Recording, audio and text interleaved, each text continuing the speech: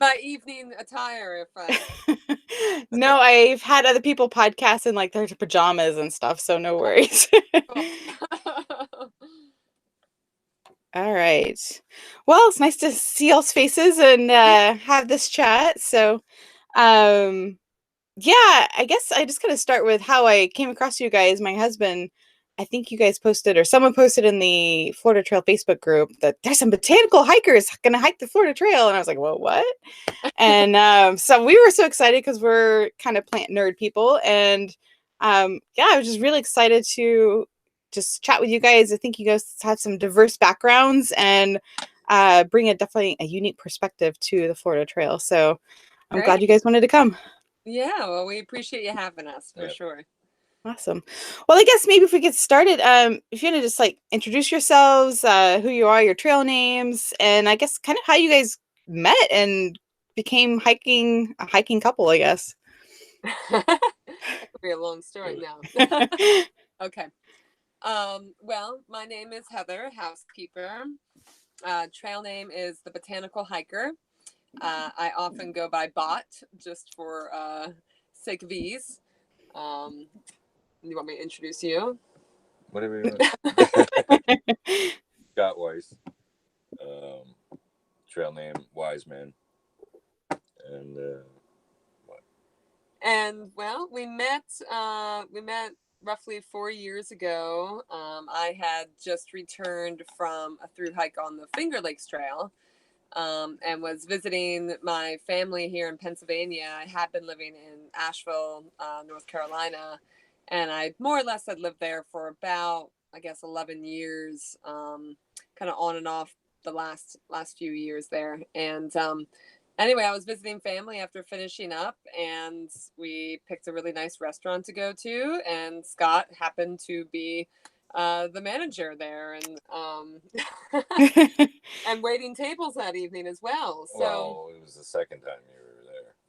it was the second time I was there. You Yes. came in before your FLT hike. Well, I came in after my what? We always have to go back and think about this. Before and after. Yeah. Well, after my Mountains to those are Sea you. Trail hike. Oops. Oh, what happened? Oh, that's Misty's Katahdin photo. Yeah. Yeah, so I had come in a year previous after I finished the Mountains to Sea Trail before I was going back down to Asheville, and I had met him there that evening as well. And I had said to a number of the people that worked under me or were trying to like, oh, how about this girl? How about that girl? And I said, well, see that girl? That's the type of girl for me. And then a year later, she came back in, and one of the waitresses said, that girl, the only girl that you like, is here. And I got caught like peeking through a doorway. And I purposely did choose to come back to that restaurant because I had remembered him, and I thought, oh, it'd be nice to see him again. And that time he wasted no time in asking me out to go for a hike sometime.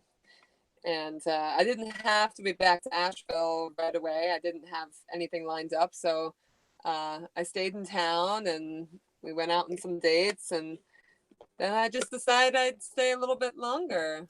Oh, Are you there? are you still there? Did we Yeah, lose? I'm sorry, the internet cut out. We've actually had some rain today, and I think the internet's been kind of on and off. So hopefully, we don't have too many problem times. Okay, My apologies. that's okay. I'm not sure were you able to hear me talking or? I heard you until you were talking about the first time you came in, and the second time you guys were debating like how many times you come in. But that's fine. You don't have to get too intricate. So So anyway, I ran into him again at this restaurant, and he asked me out for a hike, and I said, well, yeah, let's go for that hike. And then I ended up just staying in Pennsylvania to get to know him better. And we've been here now for nearly 4 years. Yeah. So he had done, well, you could talk a little bit about your previous hiking experience before meeting me. Yeah, I never thought that it was important to count miles per se or register. I'd done maybe half of the, what did I do? Well, you did a good Continental portion Divide of the Trail. Continental Divide Trail and a And, good portion of the Appalachian Trail. yeah, most of the Appalachian Trail, and then just wandered. Okay. So Uh, that's good. Y'all both had a background in hiking when you met, so it was like a shared interest then. Yeah, absolutely. And then our first long distance hike together was on the Long Path. So that was the first hike where I'd ever had a hiking partner, and you as well. yeah, our first through hike. Yeah. So that was our first I was long basically, distance experience. trained with the guy. Do we still have you? Oh, there she is. Basically, I trained with the guy Tom Brown, tracking and survival skills, and many Native American medicine men, and that's Okay. as far as plants. So I hiked with like a knapsack and like a blanket. Oh wow, so you really did like a Yeah, bushcrafting kind of thing. Yeah, mostly barefoot. Right. Totally different. And then Heather was like, "We're gonna do that." And I'm like, "Oh, and we have to do how many miles to what? And we need I was food, the more what?" traditional backpacker who had an itinerary and all the gear. So I was like, "Okay, I'm going with it. She knows, and we'll go with your style hike." And we've done both styles. We've bushwhacked, and it seems nicer doing your style. I think he's Now- maybe over the survivalist. Now that I'm Or not in my over it, 20s but he anymore. likes a little more comforts now than he used to. So Right. I'm happy to have the tent and the sleeping bag and Yeah. the rain gear and all of Yeah. that. So So if he had a survivalist kind of background, so he was already kind of knowing plants and that sort of thing. How did you become, I guess, a botanical herbalist hiker? Is that like, do you have a degree, or is it just something you kind of learned as you came into adulthood? How did that happen? yeah, so I have a certification, so I'm a certified herbalist, and I guess my interest in that really developed when I was through hiking the Appalachian Trail. Okay. That was my first hike in 2008. And while I was out there for 6 months, one of my reasons why I had taken on this hike was to better connect with the plants and to better connect with my natural surroundings. And I realized while I was out there just how little I knew. And honestly, I felt like I wasn't connecting to the depth at which I could, if I was more knowledgeable in the plants and what I could use for food and what I could use for medicine. I felt like I was very much relying upon the towns and civilization. So upon finishing the Appalachian Trail, then I enrolled in herbal medicine school, got my certification. That was a year-long program. Much of it was in the field. So we spent cumulatively about a month literally camping out and using the plants for food and medicine. And so that was a great introductory experience to doing that for myself someday. And then after that program, I thought, well, how can I better expand my knowledge of the plants of the region in which I was living then, which was North Carolina. I was living in Asheville. So that's what led me to pick the Mountains to Sea Trail. And I thought, well, I'm going to try and put my skills to use too. So I'm going to forage and try and at least harvest some wild greens and berries as I go and rely more upon natural medicines as I hike. And I did set out with the purpose to write a book too about the plants that I encountered along that trail. I didn't know if any of it would actually, work out. It was the first time taking on a through hike with all those elements.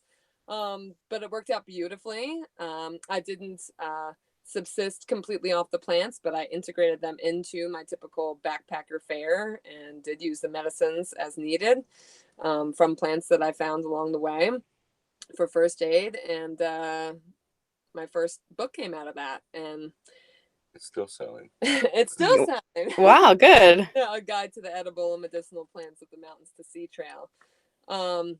So just writing that book even expanded my knowledge further. And then all of my hikes after that were plant focused and followed that same kind of structure, basically. So I hiked the Mountains to Sea Trail again this time going the opposite direction from the sea to the mountains.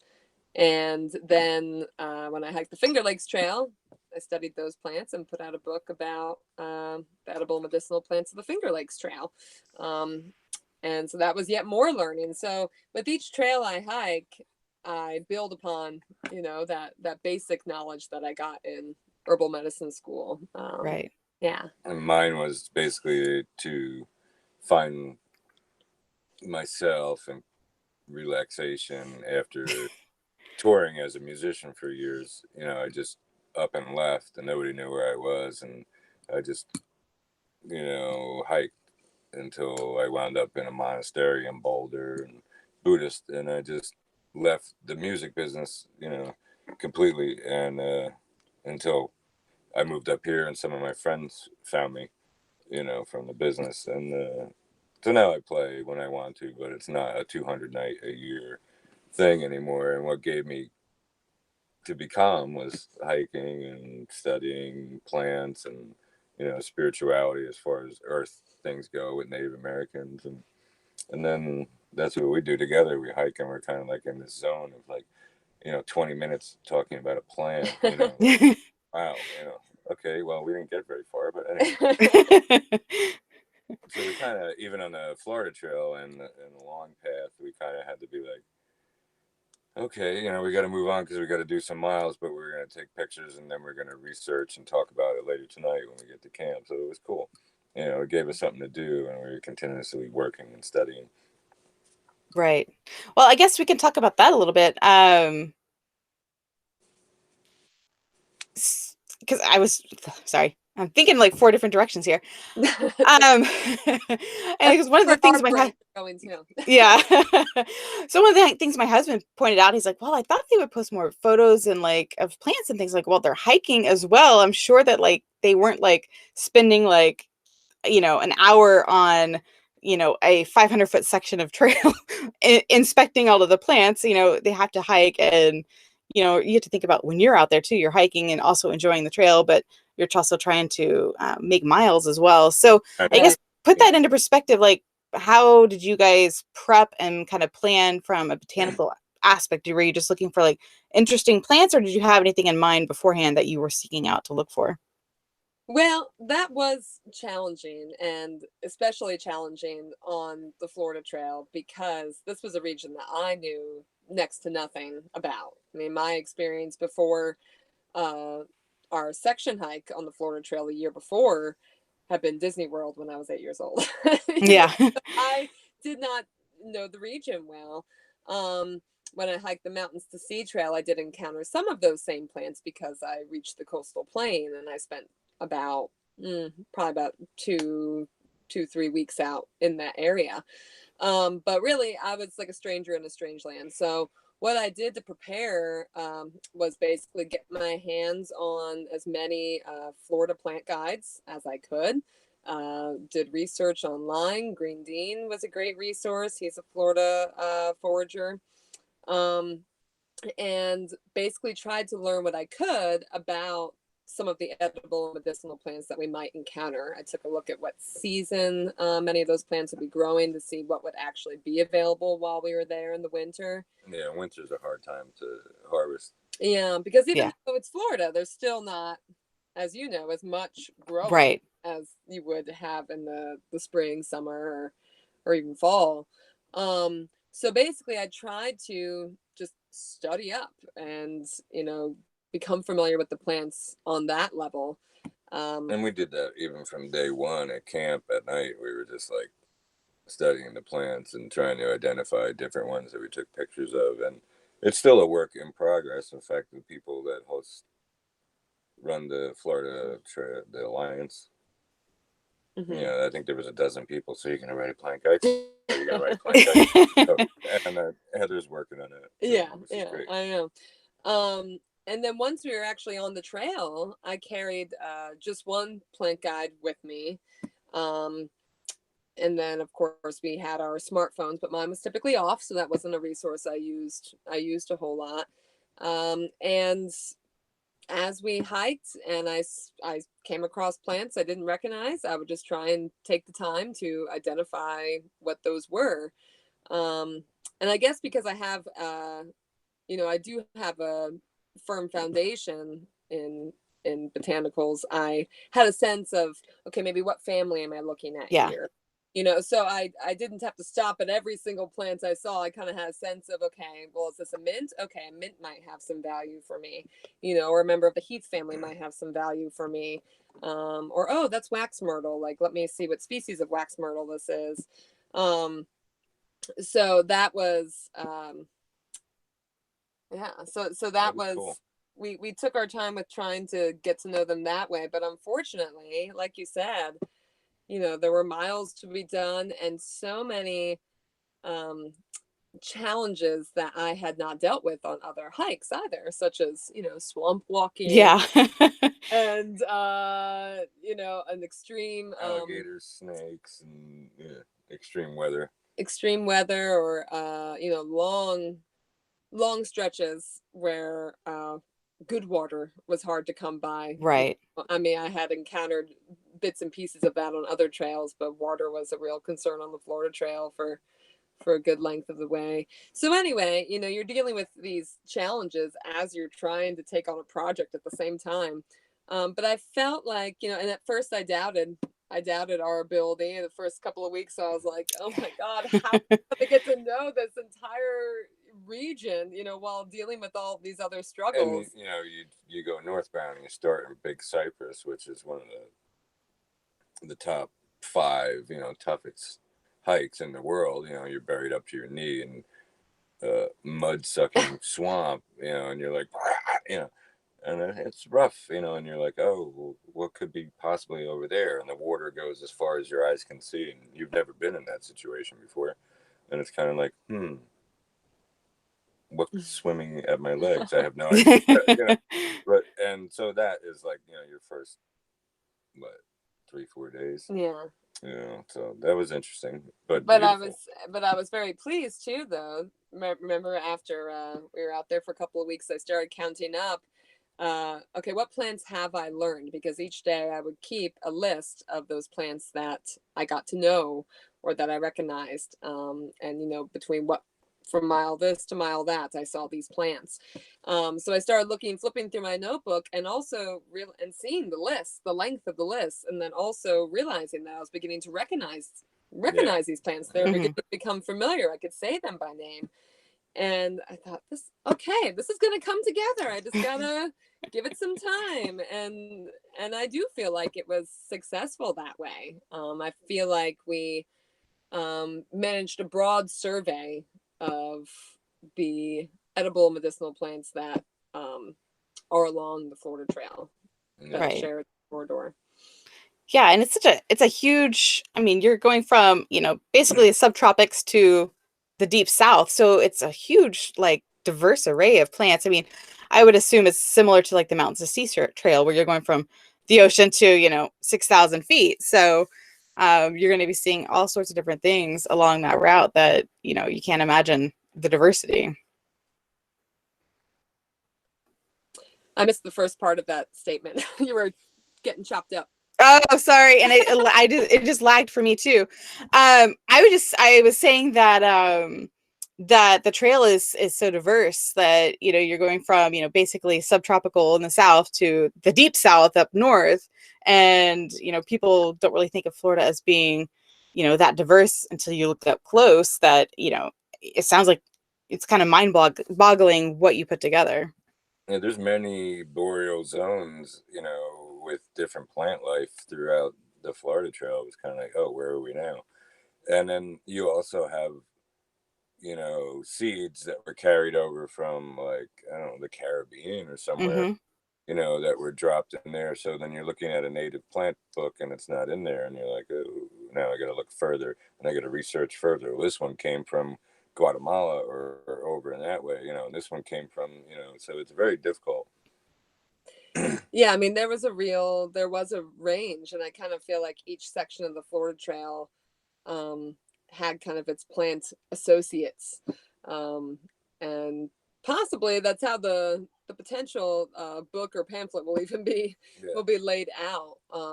You know, like when you're in Big Cypress, you have all of the dwarf cypress trees and the alligator flag and the wax myrtle, and then suddenly you hit the Seminole section, and that's you know, just practical fields of dog fennel and Yeah.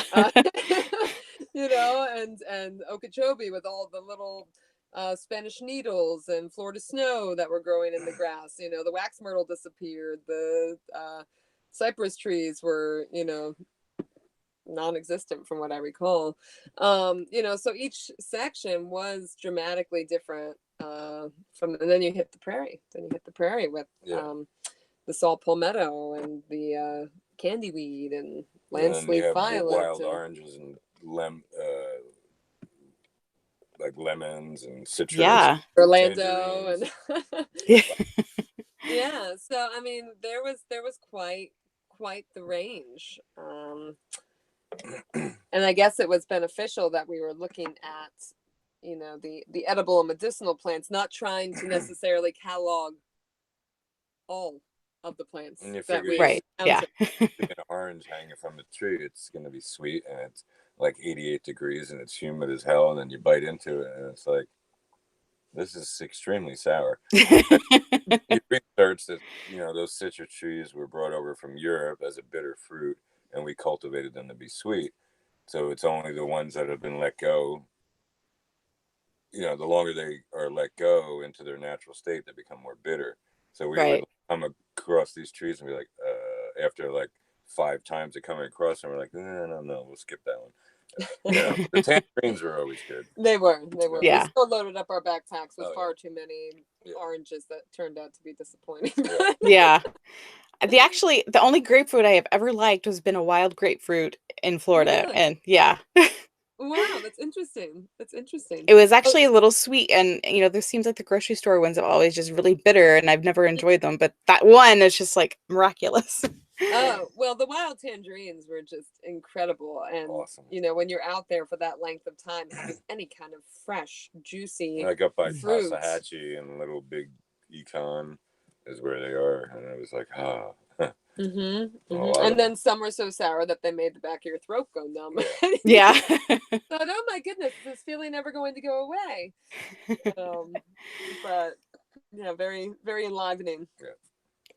I wanted to ask Scott, from your perspective, because you were interested in like the more Native American aspect of plants and I guess wildcrafting, because Florida actually has a pretty rich history of tribal culture too. Did you do any research beforehand about the tribes and that kind of thing? I had talked with a friend of mine, also an older touring musician, about edibles and medicinals briefly, but then he was headed out. Out on tour a little bit, but you know, he gave me a couple people that in the future we can call and study a little bit more now. But I didn't do as much as I wanted to because, you know, life is so busy.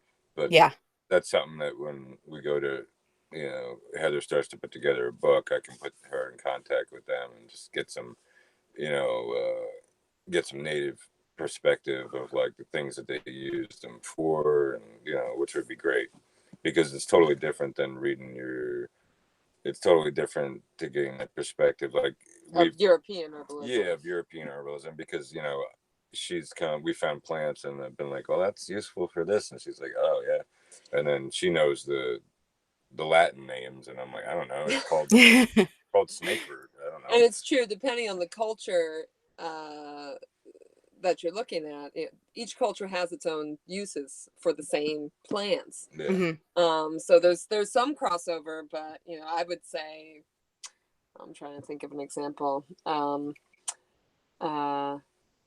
What would be?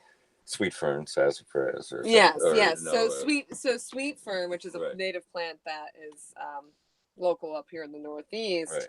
I would say that sweet fern is a decongestant and diaphoretic, which means that it warms the body, whereas Scott would say it's a blood cleanser. I had never it can heard of it as such, can totally but it makes sense. detoxify you when you're going through a cold, and you know, extreme stomach pains. It can loosen the stomach pains and like. And that's the diaphoretic properties and the Yeah, so we would rich geek out aromatic on oils. plants like, you know, and then it'll go on for an hour. You know, well, so and so said that they used it for his mother, you know, his medicine man in the tribe used it for this. Oh, so then we compile the list and we're like, oh, that's interesting. You know, yeah, so it's been really great, you know, having his perspective as well to contribute to my angle. yeah, and hers as well, because then I'm educated. I'm like, oh, that's cool. You know, Then he can call the plants by the Latin name. Don't Latin get name, so right. confused. Yeah, right. Well, that must make, I guess, entertaining hiking. You guys are probably talking for a lot of the day, I would assume. I mean, I'm sure you zone out too, like most hikers as well, but being able to have, I guess, that kind of intellectual conversation It was just sounds nice. amazing. She spotted a plant, or I spotted a plant, and we're like, "Oh, did you see this?" She's like, "Oh," and that's Yeah, like because maybe I was spacing out in that moment, Yeah. but at least And he was that's paying like, attention, oh, or vice versa. a 7-minute break. Good, I can have a cigarette. You know, as we out on the plant. You know, Yes, he still smoked regularly on the Oh yeah, I smoked a pack a day while hiking 11 miles, but whatever. That puts it out, right?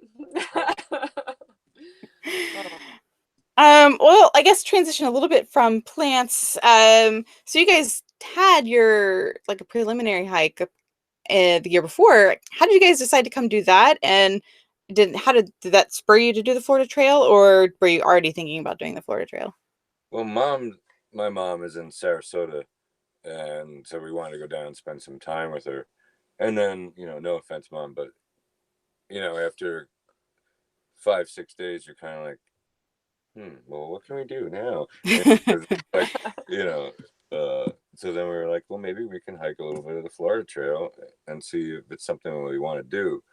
But on the long path, when we were about, you know, About halfway through, maybe. about halfway through, I said, Oh, what's going to be our next long distance hike? And Heather was like, you know, which filled me with so much joy I can't even express it, because my fear on the long path was, because it was our first long distance hike together, was, you know, am I going to scare him away from my style of hiking forever? Is he never going to want to go on another which is long why we distance both hike hiked with me? alone, and you know, in our past, and but it was actually awesome, and we became relying upon each other in ways that we didn't know. You know, like, oh, this is great.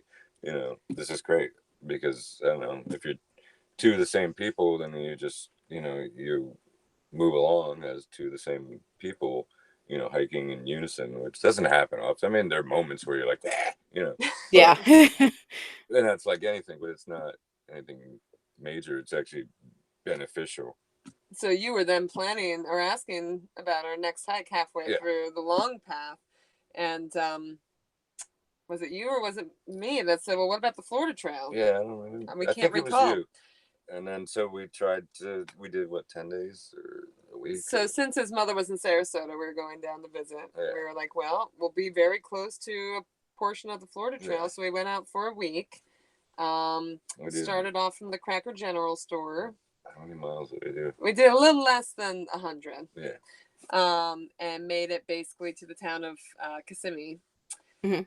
And you know, we didn't really know what to expect. I had just bought the Florida Trail Guide, Sandra Friend's Right. guide, like for that hike, like right before it, and we ended up falling in love with it. Absolutely Yeah. falling in love with it, and I fell in love with Florida. I mean, honestly, when he was like, "Let's go down and visit my mother in Florida," this was our first time going down to visit her. I was like, "Oh my god!" Like I'm like, Florida. because I'm not a beach person. I am a mountain girl, and I just, it's not my thing. Florida's not all beaches, yuppies, and Disneyland. You know, there's a lot more to Florida, and it's so beautiful. But to see, the landscape, the countryside of Florida, and to, feel that landscape for the first time, like connect with it, because we were out there for a week. It was really incredible. And so our wheels started turning about, well, I don't know, could we imagine doing this as a through hike? And I was meeting so many new plants. Yeah. And that was exciting to me.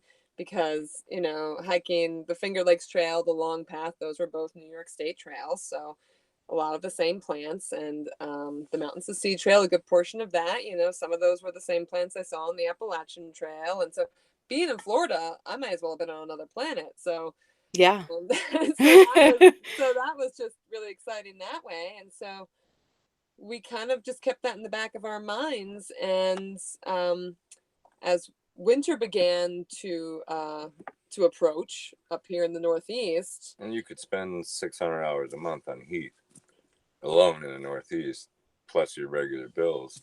And we're like, you know, it'd be cheaper to go hiking. Yeah. So we were able to do it with our work. Both of our jobs are flexible. And we said, well, let's go for it. Let's see what it's like to long distance hike in Florida. Awesome. Yeah. Yeah. So I guess with all of that that experience you had on the Florida Trail, did you do any other kind of special prep beforehand other than, you know, kind of learning a little bit about the plants? Were you guys anticipating the water, or were you knew about it but not so much how bad it was going to be? We were watching videos, and then people were like, oh, this is big cypress, and they're like taking their phone and like, oh, look, it's a python. Oh, look, it's a cottonmouth. Oh, look, and it's like right at their feet, and I'm like, oh my god. Oh, look, a panther. We probably did the worst thing one could do before setting out on the Florida Trail. Yeah, we watched those YouTube videos, and then we watched Everglades documentaries, which of course, you know, they go out there and they happen to run into like an alligator right off the bat, you know. You know, documentaries like, and 9 of the most dangerous snakes reside right here in the Florida area, like. But at the same time, it was setting the scene for okay, like we are getting ready to have an adventure. This is going to be a really different experience. So we did do research by asking questions on the FT Through Hike 2019 page. We asked some questions of folks there. We studied Sandra Friend's guidebook. What else did we do? We went out and we went to Skunk Ape headquarters the day before and bought a little. It's very important to be prepared for the skunk apes. Yes. So there was preparations in. Okay, well, what are we going to wear when we're going through the swamps? Yeah. And Heather's preparations were, you know, our mail drops with our food and cigarettes and all the things, fuel that we need. And, you know, she's one of the experts at figuring out, like, okay, you can have 3 snacks a day and you can have this and this and this and this. And then by the time we get to here, we're going to get a mail drop at X because there's no store in between there. And so she figured all that out, which was like, wow, you know. And that's, you know, I mean, that's something your typical guy would have been really like, hey, enjoy. you know, I'll find food somewhere, and you go into a gas station, it's like pickled pig feet. You know, and you're like, what the fuck is this? You know. But I mean, that comes with any long distance hike. And you know, I guess the Florida Trail is something that stumped me right off the bat. I thought, okay, well, how are we going to get water in the levee section? Because I could see in Sandra Friend's book that she remarked on how all the water was contaminated and to do water caches ahead of time. And I thought, how are we going to do this from Pennsylvania? You know, like we're going to go out there and then drive out to the Florida Trail ahead of time and cache water and then drive back to his mother's house. And then we're going to go back to the terminus again. And unique to its own, the Florida Trail has this alliance and these group of passionate people that provided all that. Provided, you know, in a very organized fashion. Water caches and this, they paid attention. They were, you know, in Florida, there's no vistas. There's no, like, you get to a mountain and you're like, yeah. It's these people that reach out throughout the Florida Trail Alliance. They're the high points. They're the high points. Like somebody showing up like, hey, can I slack pack you today? Like, oh, I've been following you. I'm on the Alliance. Blah, blah, blah, blah. Do you need anything? Well, as a matter of fact, I could use you know. Yeah. And then a couple of days later, you know, someone will message you on the Facebook page, which is only for through hikers, to be like, hey, you know, if you're headed towards this point, is there anything that you need? It'd be like, I'd love an orange soda right now, in the middle of this brutal hike. And then sure enough, a couple miles later, there they are with cold orange soda. And they're just really, really, really good people. And they know kind of the trail, and at the point where you're like, I could really use a bed right now. And then, oh, well, by the way, we're taking you back to so-and-so's house tonight. You're staying there. We're like, what? And we were just like, okay, Yeah, so despite the fact that we were starting off, oh, did we lose you? Hello?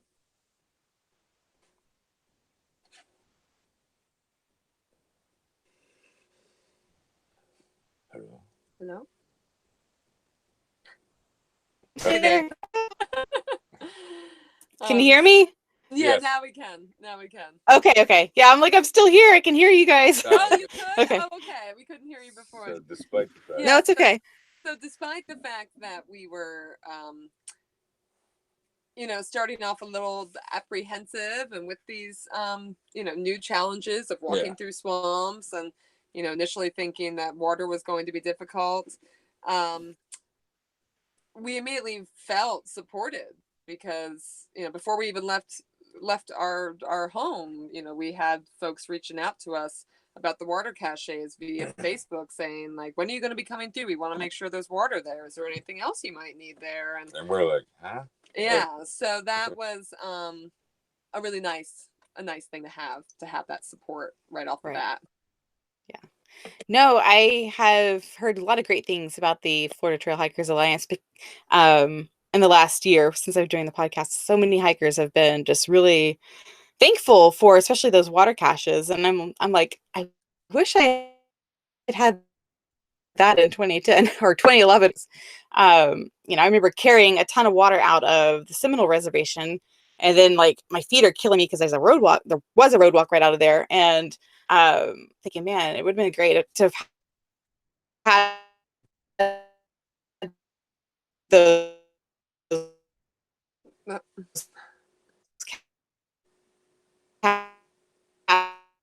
caches instead of being We've lost you, Misty. paranoid about the canal water, which we ended up with. Okay, we lost you. We got you now, but we lost you for about the last minute there. Okay. Well, I was just rambling on about the Hikers Alliance, so I can just like your experience through hiking.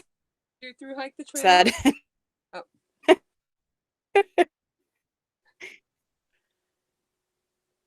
Hello.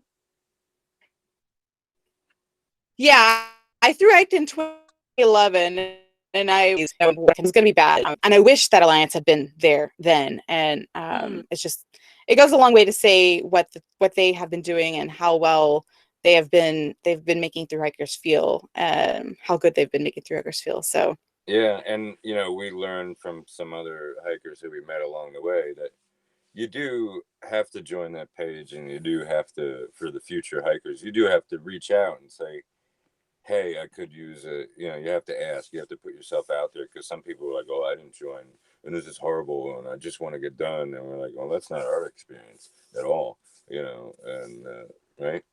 Well, folks who felt like it was a very solitary experience. I mean, firstly, these were people who were hiking alone, so at each other, which was helpful, very helpful.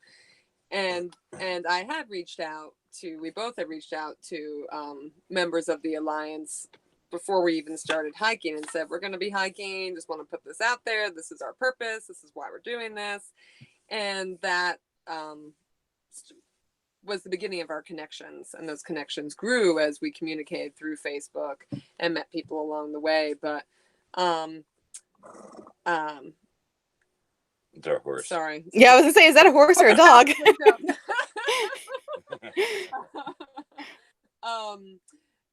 So that grew, those connections grew. Okay, I lost my train of thought. And what some of these folks that were hiking solitary said was, oh, like I didn't have that experience of meeting these trail angels along the way. But at the same time, they hadn't introduced themselves on Facebook. They hadn't really reached out. So obviously, people have to know that you're out there hiking in the first place. I mean, you could on the Florida Trail, because there's so few through hikers out there, just hike through and maybe never Yeah. see Right. any, but you have to It's a reach very out for hard those trail to do connections. unassisted. Right. Right. Well, on that note, you guys, besides, the Trail Angels and the Hikers Alliance, you guys also ran into a lot of friends and family as well. So that probably had a lot of, I don't know about a lot, but you guys had several encounters with people you didn't know. So that probably had to boost the experience a little bit. Oh, definitely. Definitely. Yeah, it was your aunt. My Aunt Kathy, yeah, she lived in Orlando. And then our good friend from Asheville came up to join Came down to join. Came down to join In Apalachicola. in Apalachicola section, which was great. And then your friend Bobby. Yeah, my friend Bobby from the music business, and he picked us up, and so yeah, it was kind of nice. It was good to see that. But we actually made great friends while we were there with a lot of the people in the alliance, and Heather. Heather was like this famous hiker, through all these people, because it's connected with the. Well, it was really interesting when we went to Billy Goat Days, to run into hikers that I knew from other trails and from other trail conferences from other organizations, like ALDA. There's links between ALDA and the Florida Trail Hikers Alliance. And then people I knew from hiking the Mountains to Sea Trail, like people I had literally met, who were out for a day hike or a section. Here they were at Billy Goat Days because they had through hiked the Florida Trail like some years later. Right.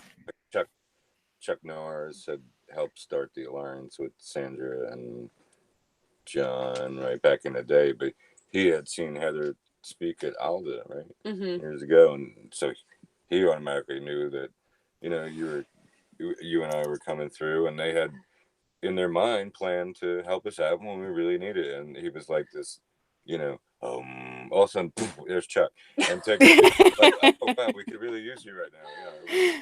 But the Florida Trail seems like a place where there's a lot of interconnectedness. Yeah. Yes. Yes, maybe the Florida Trail. Most people aren't hiking the Florida Trail as their first through hiking experience. Normally you're coming at the Florida Trail having already hiked one of the, more well-known long-distance trails like the Appalachian Trail or the Pacific Crest Trail, or maybe you've hiked a number of other long-distance trails before you've made your way to the Florida Trail. So there was like an interconnectedness there that I hadn't encountered on other long-distance trails, and it's like one of the few trails that you can hike in the winter. So right. Where are all of us through hiking that's going to end up? Right. come cold months. So I guess maybe one of the negative interactions, I guess it wasn't negative necessarily, but you guys did run into some law enforcement at Fishing Creek. Did you guys have any other like iffy experiences, or was it pretty much all a positive experience? No, I mean, that was even a good experience. I mean, the guy was super nice.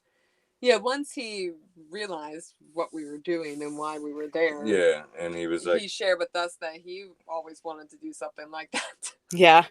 And this is after the shock of this big truck with the big lights, and we're like, at dark.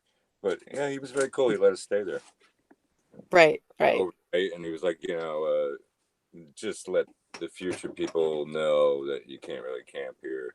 And we had seen that, there was only one person ahead of us at that point that, someone had camped there. So we were like, okay, we'll camp there. But, we live and learn. We could have hiked another mile down the road and, and camped legally. But, it was cool. Yeah, there was I don't think we had any other negative.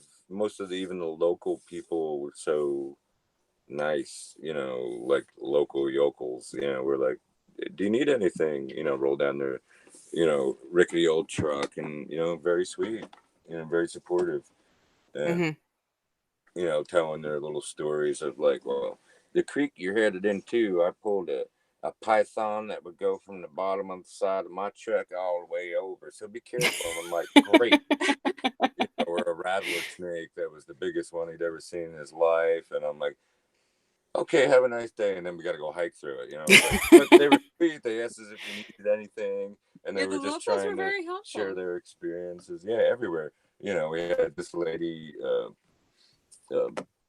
just yelling like, "Hey!" And we're like, "Wow!" Did we step on your lawn? From her front porch. Yeah, come here. We got some iced tea and just sat and chatted with them. Wasted, like an hour, but it was so cool because they invited us for dinner. They wanted to stay for dinner, and we couldn't, but just normal, like local people who were just very supportive. It was no bad experience, which is good. No. I felt like the people we met were very. Yeah. I was really aware of that. How kind folks were. Even when we'd be sitting on the pavement outside of a gas station, and potentially would look like homeless people or something. People seem to care not. They would say hi or say, "Oh, what a beautiful day it is," or "Do you need anything?" or "Hey, what are you doing? Oh, that's so cool." And so just really. And a lot of people were folks. aware of the Florida Trail as opposed to some of the other trails where they're like, I didn't know there was a trail that went through here, but it was nice. Good. No, that's great to hear because I've heard a couple other like iffier situations, but I mean, for the most part, I think, thankfully, I feel like people's interactions with locals on the Florida Trail has been good. So and we were a heterosexual white couple. Right. Not to be any, but that was beneficial. That's beneficial. Unfortunately, in a lot of places that would be the case. Yeah. Right. I guess maybe we could talk about this is me in my brain again. So non-human encounters. You guys also had some dog encounters with Baxter and Amos, and I was reading through about Baxter, and I'm like, oh wait, I think Hiker Lore, I think they ran into Baxter as well. So he seemed to get around quite a bit. Maybe you talk about your interactions with trail dogs. Well, our dog right now must have an awareness that you're asking about the trail dogs because he just started barking. I'm sorry if I have to tend to that in a minute, but so trail dogs. I grew up with a lot of dogs. I kind of had vowed and dogs that I loved, but they were a little crazy. So I kind of vowed as an adult that I was good on dogs unless I was found always like, hey, maybe we should get a dog. She's like, no, I have a cat that I'm very happy with, and but on this trail, we encountered two incredibly sweet dogs, and because the Florida Trail, sometimes you do battle monotony because you don't have, the daily vista. Your rewards are more subtle. And so when we encountered Baxter there by the Suwannee, this black dog that just came around the corner on this dirt road and was all excited and then took off running in front of us and then hiked with us for 9 miles. Distracted us from the monotony, and he was so cheerful like a dog. Like, and we did call the owner because he had a collar on. And the owner just said, "Oh, well, he's used to going to Holton Creek Camp. Yeah. You mind just letting him come with you? Are you headed that way?" And we were like, okay. So he was great, and he actually helped us get around some difficult sinkholes there on the Suwannee. He seemed to know, where to go. Yeah, come along this little ridge here around the sinkhole through these saw palm meadows. I'll show you the way. We should maybe let him back in. It's fitting to the topic, right? And then the first Amos, we were hiking into White Springs. Yeah, well, we were hiking out of White Springs. We stopped at Dollar General to resupply because there's a Dollar General everywhere on the Florida Trail. And this dog was outside, and we just kind of were like, hey, how's it going? And we'd seen him running around on the side streets as we were packing our backpacks out front, and he followed us out of town, and he followed us into the liquor store, the post office. He waited outside. He waited outside. By the time we got to the post office, the lady in the post office was like, "Oh, is that your dog?" We're like, "No, it's not. I have no idea what Who it belongs to. And 15 miles later, he was. Well, we even stopped at an Outfitters just as we were reaching the edge of town, and I said, is this a resident okay. dog? Do you see him? Do you normally see this dog running around? Like, we're about to go out into a major road because the trail, from what we understood, was partially flooded at that point. Yeah. So we were taking a detour, and the guy said, I haven't seen him, but by the looks of him, he's a hunting dog that's been abandoned. He wasn't a good hunter. He's lucky he didn't get shot in the head. That's normal. Mm. And so we were horrified. Yeah. And, Like, oh, that's wonderful. but we had no choice but to keep walking. So then we set out on this busy road, and here is this dog, walking the white line, darting in and out of the road. My heart is in my throat because I think this poor thing's going to get hit. We made him a leash out of our So bear hang. we got our bear hang out, and we found some kind of Nike ribbon on the ground. So we made him a collar and a leash, Yep. and we thought, well, since we're like responsible for you now because you're following us out of town, we're at least going to make sure you're We safe. bought dog food. So he hiked on with us for 15 miles, and all the while we're wondering what on earth are we going to do with this dog, because we did let him off the leash once we were on safer terrain, and he just kept following. Yeah, I'm like, let's let him off the leash. Maybe he'll run home. But no, he was like, oh, you guys are still going. Oh, good. Yeah. Oh, you guys are going. Okay. And he just followed us. And at this point, we still had 600 miles left of the trail. And we said, we can't adopt a dog. We can't. And he was in bad shape. He had a torn ear. He was, covered in fleas. We got from White Springs to Suwannee Springs, right? To Suwannee Springs. And we adopted them to very nice young boys who were coming by. And there were two boys coming by in an off-road vehicle, and they're like, hey, nice dog. And we stopped and we're I'm like, you want him? Of course. and they were very excited. And they said, oh, well, we've got dogs at home already. Sure, we'll take them off your hands. We don't want to see him have to walk that far. And then as soon as he's pulling away in their little buggy there, we were like, oh, our hearts just broke. Literally tears down the face. Like, what did we just do? How could we not take him with us? And that stuck with us. It really stuck with me, because she was obsessed by dogs. he brought us so much joy that day, and I was suddenly aware of his absence. Yeah, what if he's on a farm and they abuse him and lock him in a cage? And there was every scenario you could possibly imagine. We went through every night thereafter. Yes, maybe a little irrationally, but as I said before, the Florida Trail has its challenges in that, sometimes you deal with monotony, so you have to deal with your own circular thinking from time to time. But actually, once we finished the trail, we had to drive from the Panhandle there, from Fort Pickens to back to his mother's in Sarasota, and we purposely made a detour off into White Springs and Suwannee Springs to see if maybe we could see this dog that we had adopted to these boys. Relentlessly heard about it, so I'm like, okay, we will take a detour on our very long car ride home, and so we did. Yeah. We never heard and we actually put up a little sign at the nearby gas station in Suwannee Springs and said, we hope that you are very happy with Amos and he's in a loving home. And if for any reason you can't keep him, here's our phone numbers. Yeah. And then just before we were about to come home, we're still talking about the dog from White Springs that we named Amos after Amos. I have a friend from high school. She has a rescue, up by us. Let me just ask her, because I'd heard nothing about, the dog, and I'm like, and all of a sudden, bleep, oh, I have the perfect Amos for you. I'm like, Jesus Christ, now we're going to adopt a dog. He asked if she had a Treen Walker Coonhound, because we knew that's what the stray dog was in White Springs. And sure enough, she said, yes, I do. And he's about to be put down in a couple of days. Oh, no. If someone will say they'll take him, we can save his life. So we took him, and we now have a dog of our own. Named Amos. That's so funny. Because we were singing the Jerry Reed song, which I need to go check on. Amos Moses.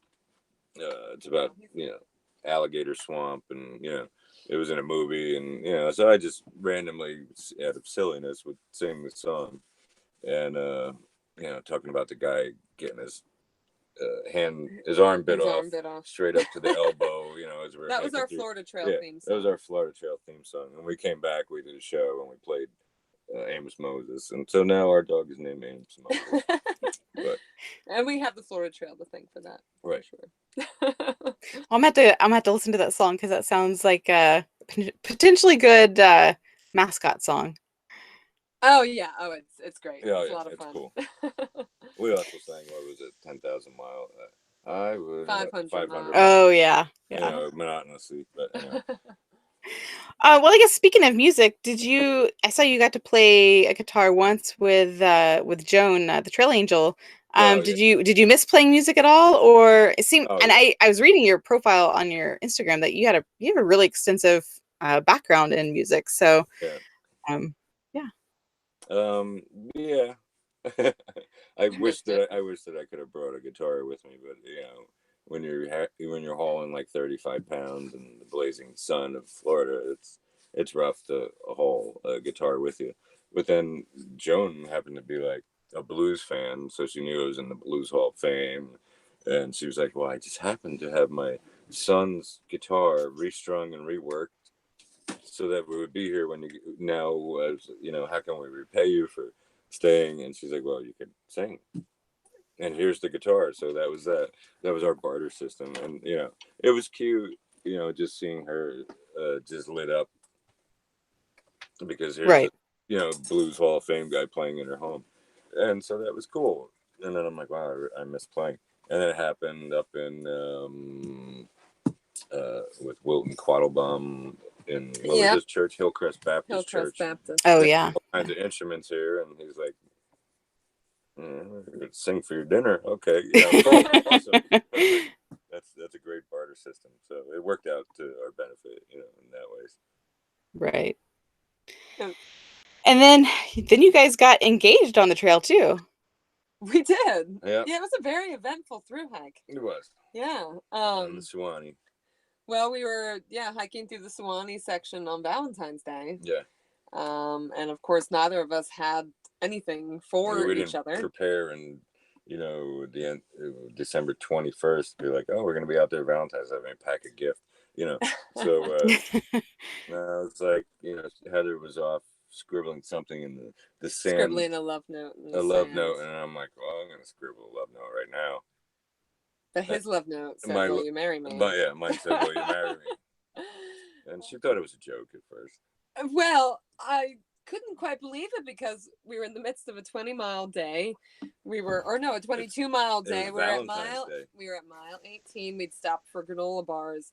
It was just a very full and also ordinary day, and suddenly here was this very non-ordinary. And she knew that she had an inkling that probably by the end of the hike I would propose to her. I did. So he surprised me. The element of surprise was in my favor. If I did it at the end of the hike, then she would have kind of known. So right. So we hiked on the rest of our 4 miles, almost the whole way, hand in hand. Yeah. Celebrated by going off trail about 3/10 of a mile to a gas station, got some orange sodas. Yes. But it was really magical. I mean, as a long distance hiker, could not imagine any better place to possibly get my proposal. So no, that sounds like incredibly romantic and something that you're gonna remember for years. With somebody day in and day out, and you figure, if I can watch this person do that, or hike with this person all day and sweaty and stinky for 5 days we haven't showered, or 6 days, and still love her, then I'm pretty good. So. Yeah, long distance hiking together definitely takes your relationship to another level. Yes. Well, besides, I guess that moment and maybe that section being, memorable and one of your favorites, do you have any other sections of the Florida Trail that stick out as being favorites? You go first. I go first. Let's see. Well, the Prairie was one of my favorite sections. It was probably one of the more challenging sections as well, but it was just such a unique region with the tall grasses and the fields of saw palmetto. And snakes. And it was so remote. You know, you really had a feel for I am out here. The live oak canopies and the Those are Spanish beautiful. moss, and it was absolutely beautiful. So that was one of my favorite. And then actually, and Scott would not agree with me on this, but Osceola. Oh, yeah. I did enjoy Osceola. It was incredibly wet when we went Incredibly through. wet. I mean, pretty much wet the whole way. 2.5 days of wet. But it was in Osceola that I just kind of felt like my guard drop, and I thought, you know what, I'm gonna be wet a whole lot on this trail. Yeah, well, that was so, true. and yours did too. I was very happy those 2 days, you know, ankle deep in mud, in mud and whatever. moss, and so I thought, well, may as well embrace it. And I felt like there was an attitude shift for Yeah. both of us, and it was very magical in Osceola too. You know, I mean, you could smell the pine pollen floating on the waters, and again, you just felt like you were really out there. Yeah. You were really somewhere remote. Mm-hmm. What were your favorite places? The end. No. I thought the Tassahatchee into Little Big Econ outside of Orlando was just so picturesque. You know, it was absolutely gorgeous with the river running around it, and the plant life was very full, and it was very peaceful. But also, you know, Big Cypress and the Black Lagoon. You know, you fear it so much because it's written about like you're going to be waist deep in the, you know, with alligator, but something about being in the middle of the Black Lagoon, you're kind of just like, this is freaking beautiful.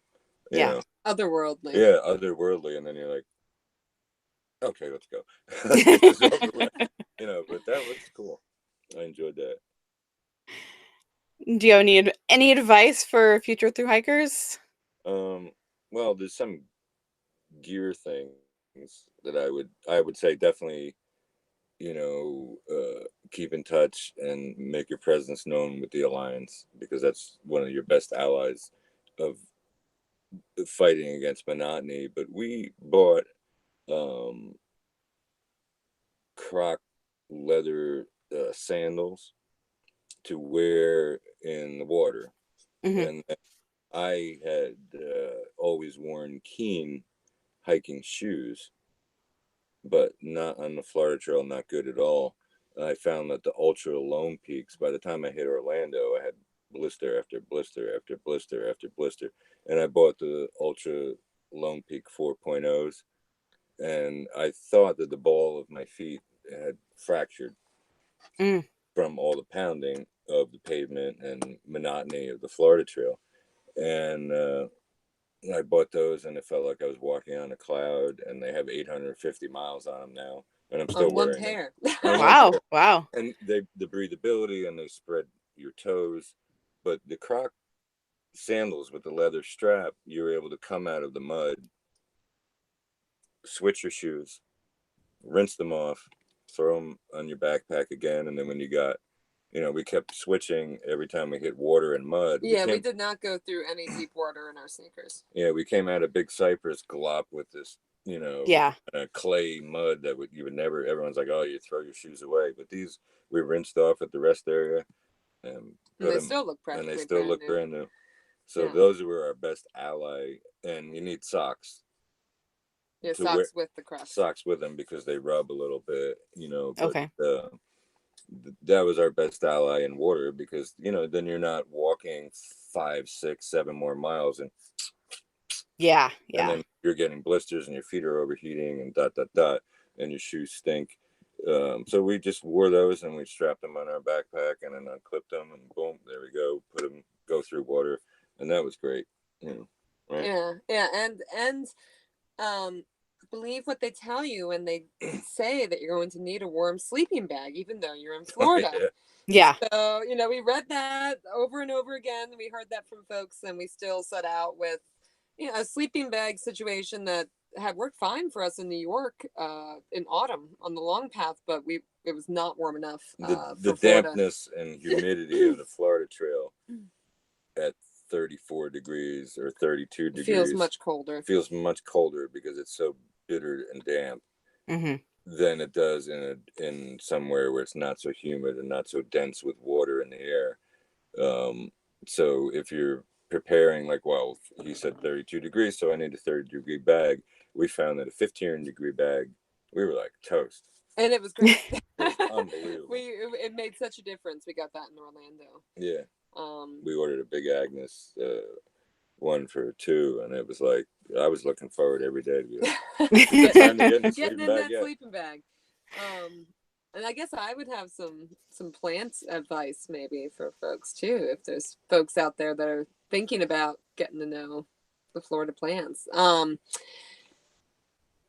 think on any long distance hike, and especially on the Florida Trail, get to know the greens that you may encounter. So basically your leafy greens, because those are going to be the easiest ones to incorporate into your backcountry meals. So for us, like chickweed was a big one, violet leaves. We survived a lot off wood of sorrel, Nor pasticides, and would throw these in. And then would throw these wild greens in with our rice or noodle dishes in the evening. Add them to our cheese sandwiches that we normally had on bagels or pita at lunchtime. And then also know your first aid plants, should you get in a bind. Like longleaf pine is highly antimicrobial. Usnea, which is a lichen, is excellent for also as an antimicrobial. It can act like an antibiotic, also an antifungal. So get to know your first aid plants as well, because that's what's gonna really help you out. Most of us, we were not out there trying to harvest hearts of palm. Yeah, right. while we were through hiking, think about the plants that would be easy to we got an extra harvest. 2 hours to harvest hearts of palm. Well, do you guys think you'll be back to do any more botanical explorations in Florida, or is that absolutely? Yeah, absolutely. So another reason why we chose to through hike the Florida Trail this past winter was because we were planning on wintering in Florida. And planning on wintering in Florida. So we thought, well, let's get to know Florida. Let's get to know its plants. Let's make some friends down there. And like we do here, take people out on hikes and herbal explorations and herbal walks, and also assist other hikers if need be, because we became friends with everybody in the Alliance, and they're all cool people. Like, I could mention every one of them, but, like Trucker Bob just appearing in the middle of nowhere. He knew we were rounding. I looked at him, what? Hi, I'm Trucker Bob. Like, oh my God. Hey, what's up? I think he lives in the trees. Yeah, he lives in the trees. I'm going to slack pack you guys today. We're like, what? Well, you got a 30-mile roadblock. We're like, cool. Okay. Yeah. Wow. And, it was just amazing, that type, and how much that meant to us. We would like to do that for other people. Yeah. And so part of what gives us the flexibility that we have is the fact that we have our own business called Hike Local, where we take folks out, do guided plant walks, do herbal workshops, do presentations on long distance hiking. Right now I've been doing one on the Florida Trail. Right. So we thought in Florida we could do that very same thing. So when we return annually, and as soon as this winter, we'll be looking for places to give workshops, presentations, do speaking engagements, lead hikes, lead plant walks. So we're hoping that we can manifest that same kind of network there. In Florida as well. And I really feel like our through hike too, it's botanically speaking, we had a great survey of the plants, but I feel like we'll really get to know them that much better once we are able to be down there, day hiking and spending some time. Yeah, right. Right. Spending the whole day on a 2-mile section. Yeah, and also for through hikers, I used the Gut Hook, and she used Sandra Friend's book. I would say you absolutely need both of them. because there's times and places where you have no cell signal, but the Guthook app goes by your location, and you don't need cell phone signal like in the middle of Big Cypress where there's no blazes now. Because of time and had eroded them, I turned on my app and boom, there we were. And then Sandra Friend's book is just ridiculously full of every detail, and even And if it's town information as to what services you can expect there. she was, so supportive. Some plant information on as the well. Facebook page to be like, well, that's been rerouted to here, and it'll be X amount of miles around here, and we were just like blown away by like, wow. Yeah. Her knowledge is like, she knows the trail. Her and John put together that book or something, and it was like, wow, okay, this is, keeping our hike in motion without having to stop and research ourselves, every which way around whatever closures or, anything, any question. It was like, which was great. Yeah. That kept us moving. Great. Well, I'm excited to see you guys spending more time in Florida, and I will be excited to see what you guys are exploring and identifying. And I can give you guys some links and people to follow or to try to connect with that I know are very interested in not just botany, but like Florida ecosystems in general. So if you guys are wanting to, meet up or get to know some people, and that Florida hiker and outdoor community is pretty diverse and kind of tight knit. Like you'll be like, it's kind of what you were saying on the Florida Trail and coming the hikers, running into people, it's just kind of the same situation in that community. So I will definitely pass those people on. That would be super. Thank you, Misty. Yeah. So yeah, I guess maybe close out with where people can find you online, and if you have any upcoming classes in Pennsylvania that maybe someone's listening and is going to be in that area that they can drop in and see you guys. Yeah, for sure. So online you can find us at www.thebotanicalhiker.blogspot.com, and that's got a wealth of information up there, both about plans, long distance hiking, and then our upcoming schedule as far as activities and events. We're also on Facebook at Facebook.com/hike local, or Facebook.com/hike local. Oh, did I lose you? Oh, there we are. Yeah. And let's see, as far as upcoming events, I have hikes and workshops happening at Crystal Springs Resort in Vernon, New Jersey. Also at the Lodge at Woodlock in Hawley, Pennsylvania. And let's see, got a hike coming up with the Skyland Sierra Club August 24th.